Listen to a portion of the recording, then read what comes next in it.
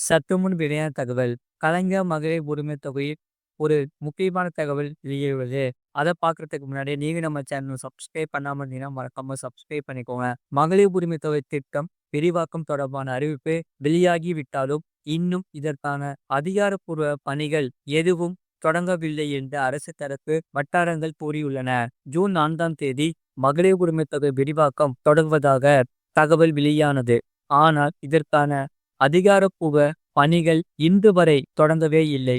இது தொடர்பாக இ-சேவை மையங்களில் நாம் விசாரித்த போது அதிகாரப்பூர்வமாக எங்களுக்கு உத்தரவு எதுவும் வரவில்லை. அதேபோல் விண்ணப்பம் தொடர்பான அறிவிப்பும் எதுவும் வரவில்லை. எப்படி விண்ணப்பம் செய்வது? புதிய விண்ணப்ப மாடல் தொடர்பான எந்த அறிவிப்பும் எங்களுக்கு இதுவரை வரவில்லை என்று விளக்கம் அளித்துள்ளன.